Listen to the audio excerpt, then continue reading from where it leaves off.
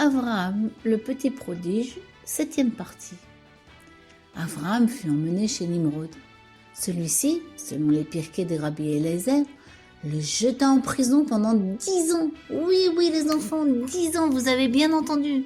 Durant 10 ans, Abraham fut emprisonné dans la ville de Boudri et dans celle de Kouti. Ce fut sa 2e épreuve.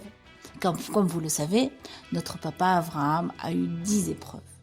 La première fut celle d'être resté caché dans une grotte de sa naissance jusqu'à l'âge de 13 ans. Ah non, il n'a vraiment pas eu une vie de tout repos, Abraham.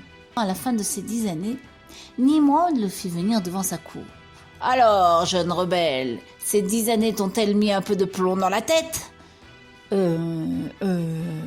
Écoute-moi bien.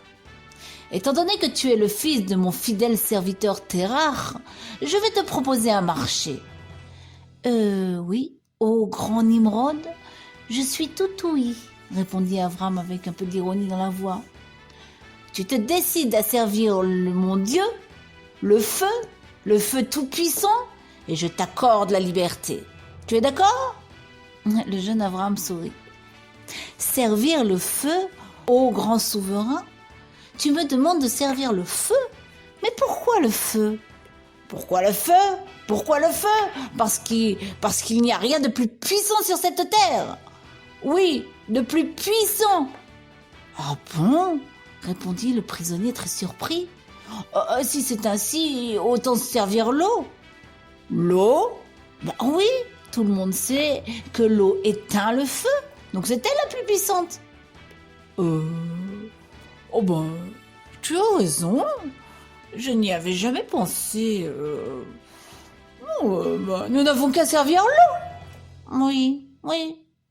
Bon alors, plutôt que l'eau, ce serait mieux d'adorer les nuages. Nuages ? Oui, puisque ce sont eux qui portent l'eau. Les nuages ? Porter l'eau ? Je suis d'accord. Adorons donc les nuages. Ah oui, les nuages. Oui, mais alors le vent. Le vent ? Ben oui, le vent disperse les nuages, donc c'est lui le plus fort. De plus en plus perturbé, Nimrod consentit à adorer le vent. Mais ô grand roi Nimrod, ne faudrait-il pas mieux adorer l'homme ? Car il respire et enferme donc le vent en lui, donc c'est lui le plus fort. Mais tu es en train de te moquer de moi ! Hurla le suzerain fou de rage. Moi, j'adore et je me prosterne devant le feu tout-puissant. Et d'ailleurs, je vais t'y jeter. Et que ce Dieu devant qui tu te prosternes vienne te libérer. Ah, il ne t'a pas beaucoup aidé jusqu'à présent. Et alors, Nimrod ordonna de préparer le plus grand bûcher qui était possible.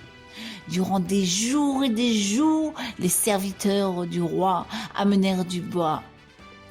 Et quand tout fut prêt, on conduisit le jeune Abraham devant la fournaise. Sa maman Amtalai pleurait et suppliait.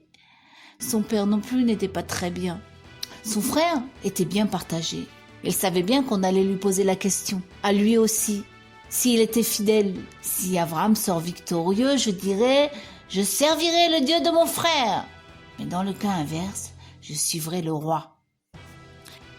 Les gardes prirent le prisonnier, donc Abraham, et le jetèrent violemment dans le feu. C'est alors que le Midrash nous raconte qu'un miracle se produisit. La foule ébahie constata avec effroi qu'Abraham ne brûlait pas. Non, il marchait tranquillement et il semblait être heureux d'être dans ce feu. Il était comme dans un jardin. La terreur envahit Nimrod, car Abraham sortit sain et sauf et le sourire aux lèvres. Alors la cour du roi, comme l'avait prévu Aaron, se tourna vers lui. « Et toi, qui veux-tu servir ? Le feu ou le Dieu d'Abraham ?» Ce dernier fit exactement ce qu'il avait décidé. « Moi, je servirai le Dieu de mon frère !» Alors on le prit et on le jeta également dans les flammes. Les larmes de Amtalai et de Terach coulèrent, car leur second garçon n'avait pas l'extraordinaire mérite de Abraham. Et donc, aucun miracle ne se produisit.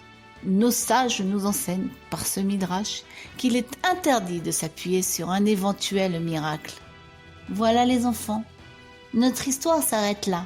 Elle n'est en réalité que le début d'une autre très longue aventure, celle de Abraham qui deviendra Abraham, et que si Hachem nous le permet, nous la raconterons dans une prochaine série.